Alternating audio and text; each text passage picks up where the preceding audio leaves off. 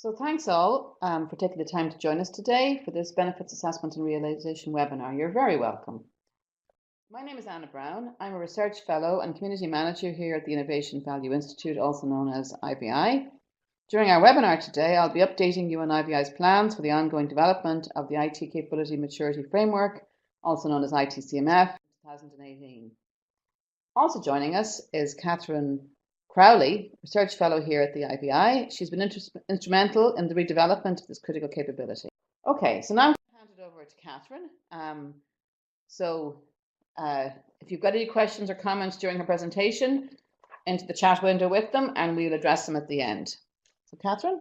Okay, thank you, Anna, for your introduction. Good morning, I'm Catherine Crowley, a Research Fellow at IVI, and I'll be describing the new Benefits Assessment and Realisation, or BAR, critical capability, which is one of the 5 CCs released by IVI in the summer 2018 release. First, I'll outline the need for the development of BAR. Next, I'll step through the key changes. Then I'll describe the CC and its usefulness for you. Finally, you'll have the opportunity to ask any BAR-related questions you may have. The IVI ITCMF framework was developed in this iteration to address the digital business context. Digital transformation is regarded as critical to the organization's competitiveness. A recent MIT Sloan Management Review and Capgemini survey found respondents overwhelmingly believed that failure to effectively conduct digital transformation would harm their company's ability to compete. This, together with the need for new skills and disruptive technologies required by digital, make the role of benefits assessment and realisation increasingly strategic. Developing a mature benefits assessment and realisation capability in the organisation will help you to address digital transformation. So why do we need a revised BAR CC? Benefits assessment and realisation is central to deriving business value from investments in digital technology. Information technology adds value by supporting both business continuity and business change, which are essential in effectively transforming to a digital organisation, while maintaining a stable and resilient operational backbone. However, there is also a risk that IT-enabled change will happen without adding the anticipated business value. The realisation of anticipated value depends on the management's effectiveness in leveraging the investment to achieve business results with a clear understanding of the strategic rationale for the IT investment and the organisational context in which the benefits are to be realised. It's widely accepted that organisations need to enhance their capabilities for managing the potential benefits to be derived from IT-enabled change. The BAR CC connects the project, strategy and day-to-day business activities. And in the digital context, a redevelopment of this CC was required to enable organisations to assess and realise benefits in more proactive ways, recognising the need for agility and innovation as key digital benefit drivers for IT investment. So what has changed in BAR? The change to the BAR CC is not due to new digital processes or approaches to benefits assessment and realisation, but more on BAR recognising the need for agility and innovation as digital benefit drivers. And what has stayed the same? We continue to use the full investment lifecycle focus, and the building blocks remain largely the same, since the fundamentals of benefit realisation remain much the same. From a research and development perspective, we have 4 inputs informing the new BAR CC. The existing legacy BAR content, insights from a digital literature review, both academic and practitioner. We have feedback from our members, and we also have learning from conferences and webinars reviewed and attended.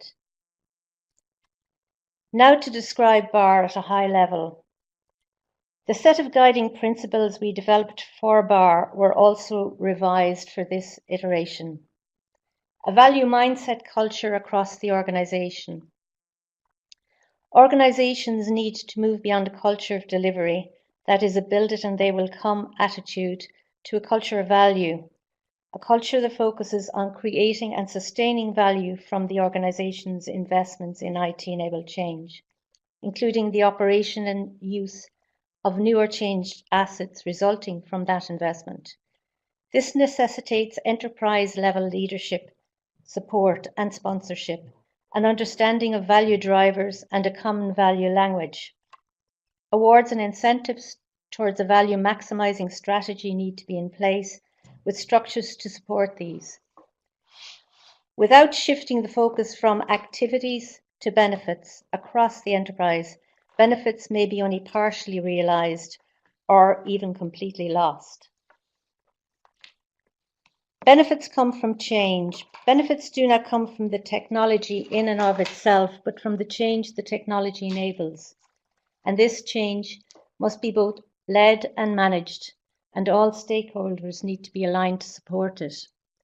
Digital transformation contributes business value by enabling and leveraging innovation and change, both in the organization and in the wider business ecosystem. Benefits must be outcome related. Benefits should be clearly stated in terms of the expected outcomes and be measurable.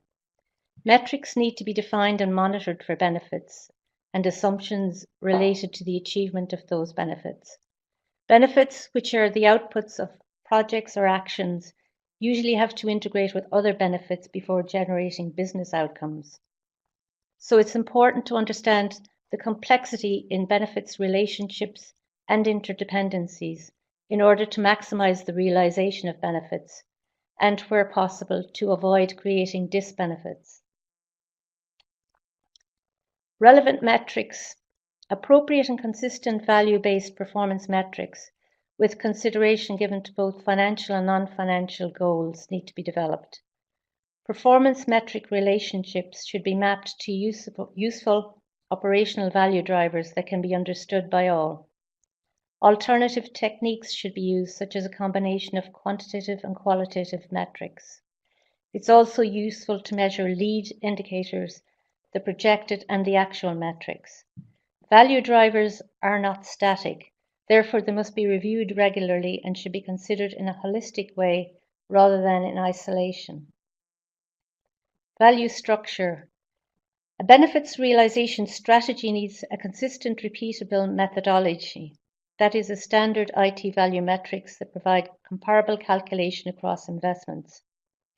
It requires definitions and rules that determine when a business case is needed, the level of detail in budgets and action plans, and consistent metrics. Full life cycle. Benefits must be actively managed throughout the full life cycle of an investment decision to ensure continued alignment with the organization's digital business strategy and also to capture emergent benefits. Accountability. There should be clear accountability for the realization of benefits.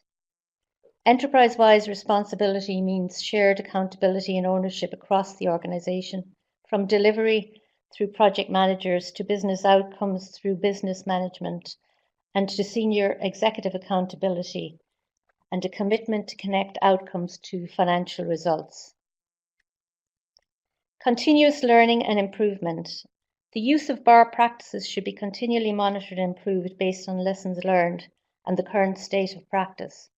One size doesn't fit all. BAR practices should reflect the notion that there are different categories of investments and assets and that organization contexts will require different approaches. In the new increasingly changeable and unpredictable business environment, organizations need to be able to adapt, learn quickly, and become more agile. This slide highlights the BAR CC and its position in the current framework of 35 CCs under the Managing IT for Business Value macro capability. Moving on to the definition of BAR. The benefits assessment and realization capability is the ability to establish an outcomes focus for the selection and management of IT-enabled business change initiatives to ensure their potential value is delivered. BAR addresses the cultural and behavioral change needed to create and sustain value from those initiatives. In this way, BAR ensures that business benefits are planned, dynamically adjusted, and actually achieved.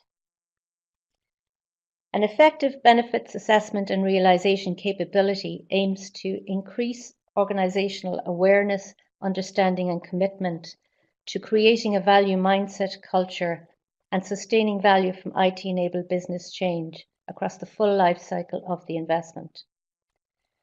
To promote the message that benefits do not come from technology itself, but rather from the change technology both shapes and enables. To manage how organizational change is affected to achieve business benefits. To focus management on outcomes of IT-enabled change initiatives and measurable benefits rather than on the change activities. To create a common language for describing business benefits from IT. To promote understanding of the potential business benefits from innovation, collaboration, flexibility, and agility enabled through the adoption of digital technologies and approaches, and to optimize the flow of benefits to support the organization's strategy. This slide shows the structure of the BAR CC. The model depicts the capability elements or categories of benefits assessment and realization. These are value leadership, benefits, governance, benefits process, management of change, and organizational learning. Based on these 5 categories, there are 13 capability building blocks which provide a further level of detail on BAR capability development. The BAR CC has an associated maturity progression through 5 levels, levels 1 to 5 as depicted on this slide, where level 1 is the initial starting point of capability development, and at level 5 the capability is being optimized. The level descriptions provide a roadmap for an organization trying to improve in this area by describing what good looks like at each maturity level. For instance, at level 1, the organization typically focuses on delivering to technical project criteria, such as delivering on time, to budget, and to spec, rather than realizing business benefits. At level 3, most programs are described in terms of business outcomes and consistently use benefits management methods. The responsibility for implementing IT-enabled change is shared across the organization. Level 3 is considered the big breakthrough level, where we focus on the wider business needs. At level 5, a consistent set of benefits management methods and performance indicators underpins decision-making throughout the investment lifecycle, and management continually monitor, review, and improve benefits management across the organization and exchange insights with relevant business ecosystem partners. So Kath, I'm just going to come in here for a second. So it'd be fair to say that level 3 would actually be sufficient for a lot of organizations, that you might be, if you can get to that level, you're doing okay from a BAR point of view. Yes, well, I suppose it depends where you're starting from, and yes, okay. Level 3 is a reasonably high level. Great, thank you. Okay, moving on then. Each of the refresh CCs has a toolkit of artifacts. These are shown here. There is a master deck to introduce the critical capability, a questionnaire where partners and assessors can use the questionnaire to assess where you are and where you want to be and devise a plan to get there. There are CPIs, which are business scorecard level indicators of BAR performance, covering financial, process, learning and growth, and customer metrics. There are POMs, which are typical practices, outcomes, and metrics across 5 maturity levels to guide maturity improvement. And there's also a position paper, which gives an overview of the topic based on literature review. Here we see a typical digital challenge reported by our members and the potential response guided by the BAR CC. A response to the challenge, the need for a business value mindset, can be addressed by BAR, which promotes the principle that value is created by the organizational change enabled by technology rather than by technology itself, encouraging the organization to adopt a culture that is benefits-led rather than just concentrating on technology delivery. Taking a closer look at addressing this challenge, we look at the BAR CBBs which can help. These are value culture, common purpose, roles, responsibilities and accountabilities, and benefits enablement. We take the last example here, benefits enablement, and look at how the artifacts can help. Each CC has a questionnaire which is used to assess the maturity of each CBB across the 5 maturity levels 1 to 5. Digital is usually reflected at higher maturity levels. Now we look at the questionnaire to show you how it might help. There are 2 questions related to the CBB benefits enablement. The first question, question 14, to what extent are the necessary conditions created to enable the organisation to realise the business benefits from IT-enabled change, is displayed here. The question presents 5 responses and asks the respondent to choose their current level and their desired or target level. In this example, the respondent has chosen level 3. Projects, programs are predominantly driven by benefits rather than by deliverables, with outcomes clearly articulated from the outset.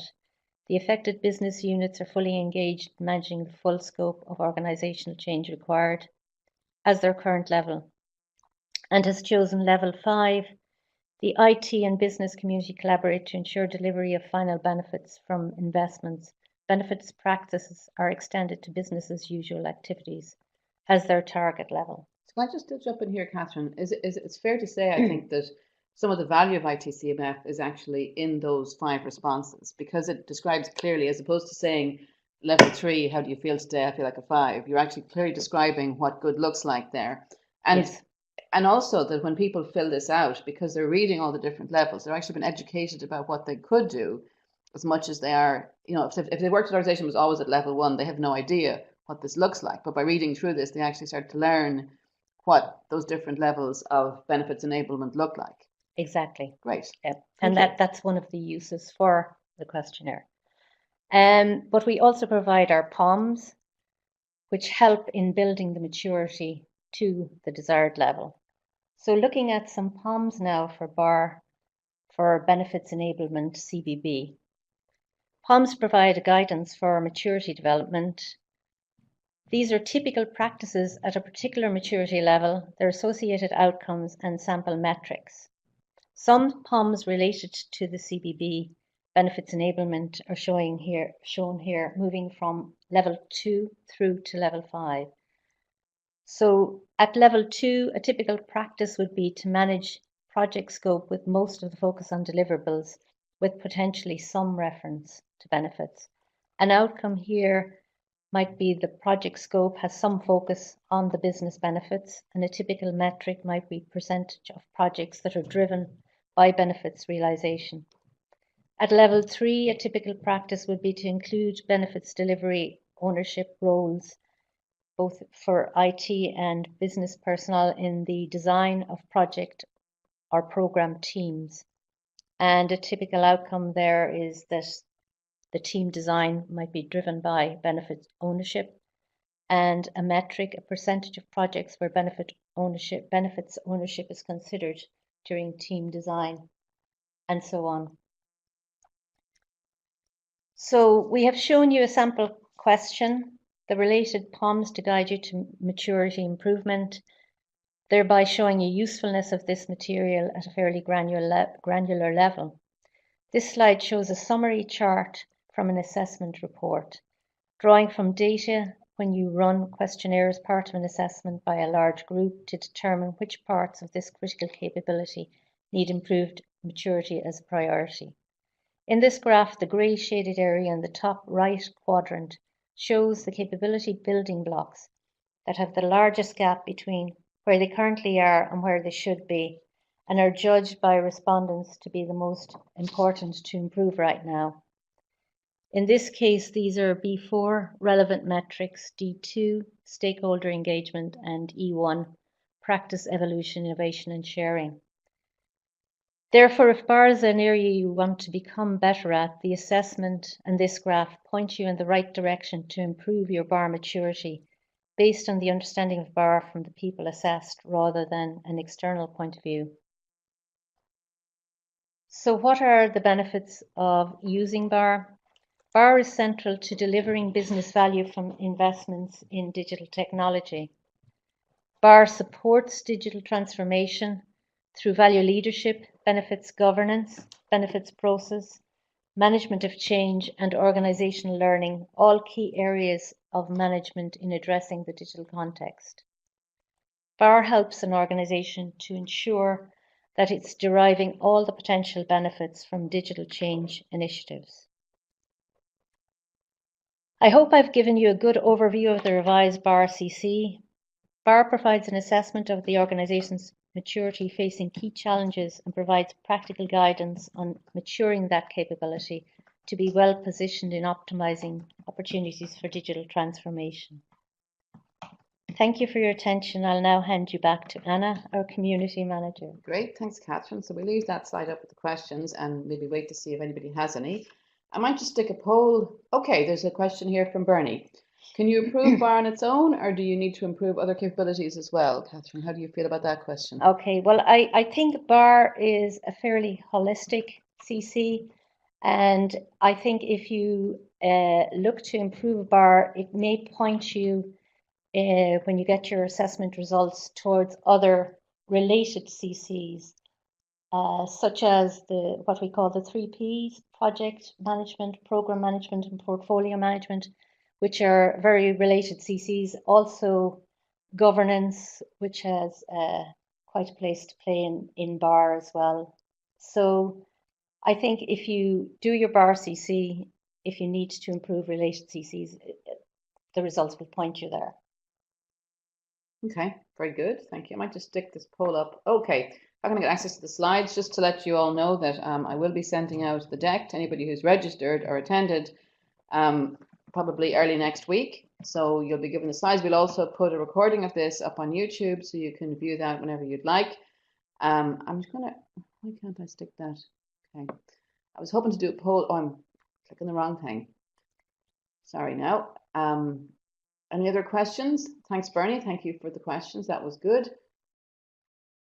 Okay, so stick this poll up on here. And while people can fill that in if they'd like, I'm going to move on to the next step so there's no more questions. So let me just make sure that we can see both at the same time. So yeah, that poll seems to be working. So if you'd like more information about our framework or our assessments, our website is ivi.ie. You're most welcome to join our global community on LinkedIn. So you can go into LinkedIn and search for IVI Global Community, or the URL is up there on the screen. So when send out the slides, you'll have that. Community managers are always delighted to hear from members of the community. So feel free to reach out via email. And if you want to talk about partnering opportunities, our partner manager is Paul Goddard, and his email is up there. We tweet quite a bit, so feel free to follow us on Twitter. IVI Insights is the. With no further ado, I shall thank you for participating. Keep in touch with LinkedIn, email, have a check out of YouTube on our website, and see you hopefully at next week's webinars.